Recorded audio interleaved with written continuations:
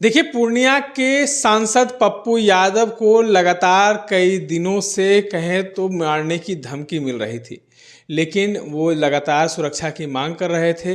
लेकिन अब तक न उनकी सुरक्षा बढ़ाई गई है, ना ही कोई कार्रवाई की गई है। देखिए, कुछ दिनों पहले उन पर जो जिस तरीके से लॉरेंस बिश्नोई गैंग ने हत्या की आशंका जताई थी, तो पिछले कुछ दिनों पहले दिल्ली से एक व्यक्ति को गिरफ्तार किया गया था। लेकिन कुछ दिनों पहले जो बात करें तो अब पप्पू यादव के एक जो सहयोगी है, उनके मोबाइल पर एक वीडियो जो है वो आया है, और उस वीडियो में कहा गया है कि हम लॉरेंस बिश्नोई गैंग के लोग हैं और हम पटना आ गए हैं, अब उनकी जो 5 से 6 दिनों में जो है उनकी हत्या कर देंगे। इन तमाम मुद्दों पर चर्चा करने के लिए हमारे साथ अखिल भारतीय अपराध विरोधी मोर्चा के राष्ट्रीय अध्यक्ष धनवंत सिंह राठौर हैं। अब लॉरेंस बिश्नोई गैंग के लोग जो हैं वो पटना पहुंच गए हैं। अब 5 से 6 दिन का एक वीडियो जारी कर जो है कहा है कि पप्पू यादव को खत्म कर देंगे। 5-6 दिन वाली तो पुरानी हो गई, 24 घंटा का भी उसने दे दिया है, जो 24 घंटा पूरा भी होने वाला है। क्योंकि एक करके लगभग 2 दर्जन धमकी अभी तक पप्पू यादव को मिल चुका है। अब जहां पप्पू यादव केंद्रीय गृह मंत्री अमित शाह से आग्रह भी किया कि भाई जेड सुरक्षा दिया जाए, आपके माध्यम से देश के माननीय प्रधानमंत्री, माननीय राष्ट्रपति, माननीय गृह मंत्री से अखिल भारतीय अपराध विरोधी मोर्चा की तरफ से भी आग्रह है कि पप्पू यादव एक बार नहीं अनेकों बार सांसद रहे हैं, 5 बार निर्दलीय सांसद रहे हैं, एक ऐसा जनप्रतिनिधि हैं जो बिहार के सांसद में हमें लगता है सबसे ज़्यादा बढ़ चढ़कर समाज के लिए कार्य करते हैं, हर सुख दुख में शामिल होते हैं, हर किसी के साथ कोई अन्याय हो रहा है तो उस जगह खड़ा होते हैं।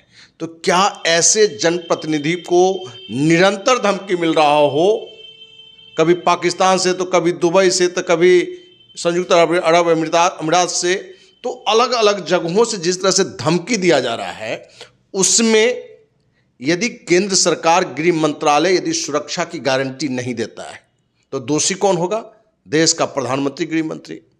इसलिए अखिल भारतीय अपराध विरोधी मोर्चा बार बार पहले भी हमने कहा है कि पप्पू यादव एक जनप्रतिनिधि है, सांसद है, और जिस तरीके से धमकाया जा रहा है पूरे देश में एक माहौल खराब हो रहा है। इसलिए आप पप्पू यादव को जेड सुरक्षा दीजिए, जरूरत पड़े तो जेड प्लस भी सुरक्षा दीजिए, क्योंकि एक जनप्रतिनिधि है। और इनसे माफी मांगने की बात कही जा रही, पप्पू यादव को कहा जा रहा है कि आप माफी मांग लीजिए तो आप बख्श दे जाएंगे।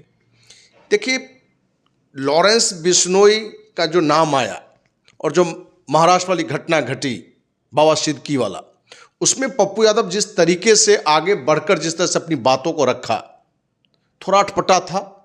उस बात में कहीं से अतिशयोक्ति नहीं है, क्योंकि पप्पू यादव का ये कार्य नहीं है कि किसी भी गिरोह को आप खत्म कर दें और देशवासियों को अपमानित करें। तो वहाँ पप्पू यादव थोड़ा मिस किए हैं, लेकिन फिर से वो बैक हुए, और बैक होने के बाद हमें लगता है कि लॉरेंस बिश्नोई गिरोह से यदि धमकी है तो उसको बैक हो जाना चाहिए।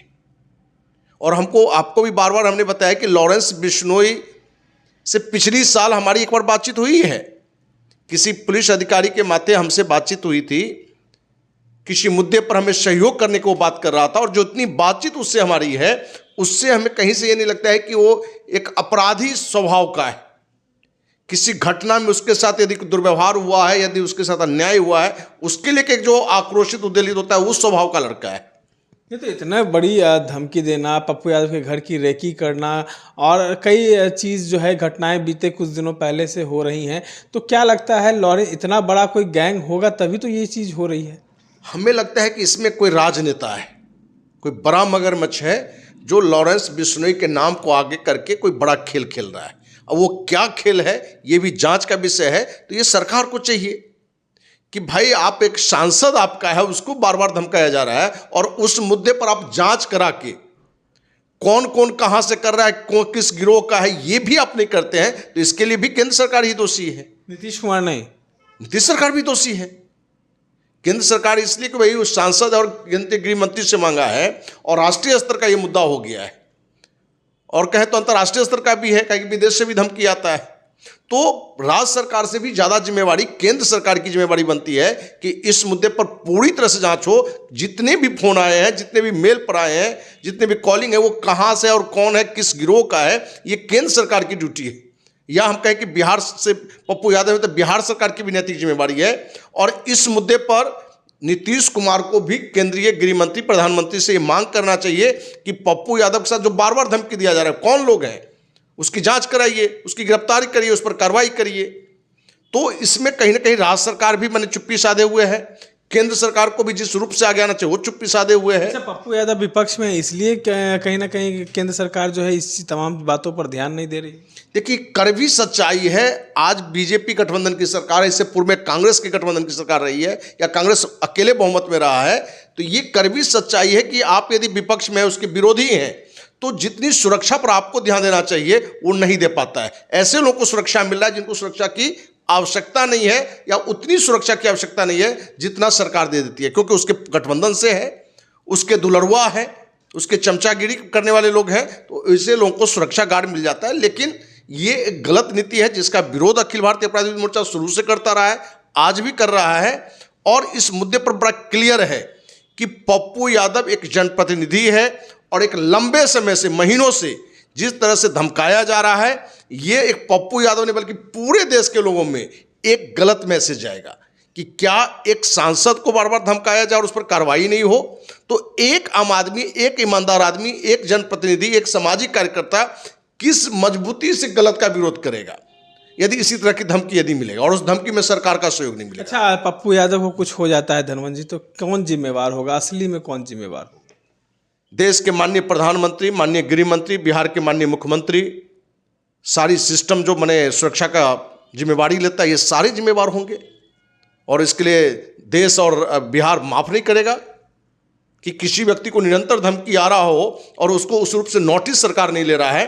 तो ये दिखाता है कि सरकार कहीं ना कहीं इस मुद्दे पर पप्पू यादव को इग्नोर कर रहा है। भाई, पप्पू यादव ने शुरुआत में जो बयान दिया उसकी हम लोगों ने भी आलोचना की थी, लेकिन जिस तरीके से धमकाया जा रहा है और जिस तरीके से बिहेव किया जा रहा है, उसमें भी परिवार को भी धमकाया जा रहा है इनडायरेक्टली रूप में। आज पप्पू यादव का पारिवारिक जीवन तनाव में है, टूटा हुआ, बिखरा हुआ दिख रहा है। तो क्या सरकार का, देश की अपनी ये स्थिति है कि एक गिरोह को वो काबू नहीं कर सकता है, या कोई भी राजनेता जो मगरमच्छ है उस पर कार्रवाई नहीं कर सकता है? तो आप क्या उम्मीद करते हैं कि ये पाकिस्तान के आतंकवादी या दूसरे देश के आतंकवादी पर बने चढ़कर मने कब्जा कर लेंगे?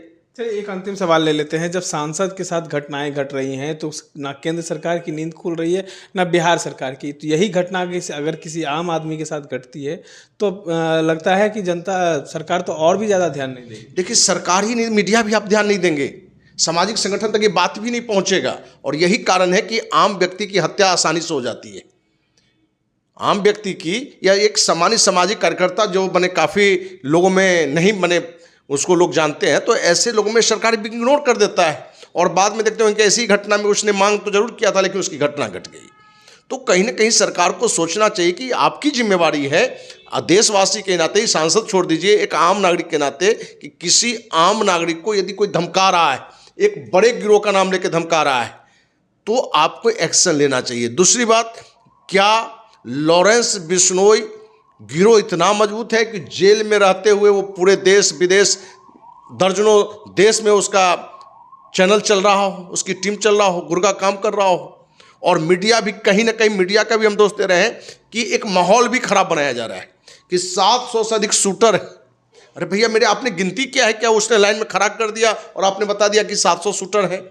तो लोगों में एक भय पैदा किया जाता है। कहीं ना कहीं हमें लग रहा है कि भय पैदा करने की नीति है। और हमें मालूम है कि एक लंबे समय पहले हमने बैक अप जाएंगे लालू काल के समय में, तो बहुत सारे बाहुबली दबंग प्रेस मीडिया को पैसा देता था कि हमको बताओ कि हम बहुत बड़ा बाहुबली है, बहुत बड़ा दबंग है, हमारे पास एक से एक AK-47 हथियार है, ये प्रचार करो। उसके लिए पैसा देता था क्योंकि उसको लगता था कि यही प्रचार से हमारा दबंगई रहेगा, हम उसमें वसूली ज़्यादा अच्छा कर सकते हैं, किडनैपिंग अच्छा कर सकते हैं।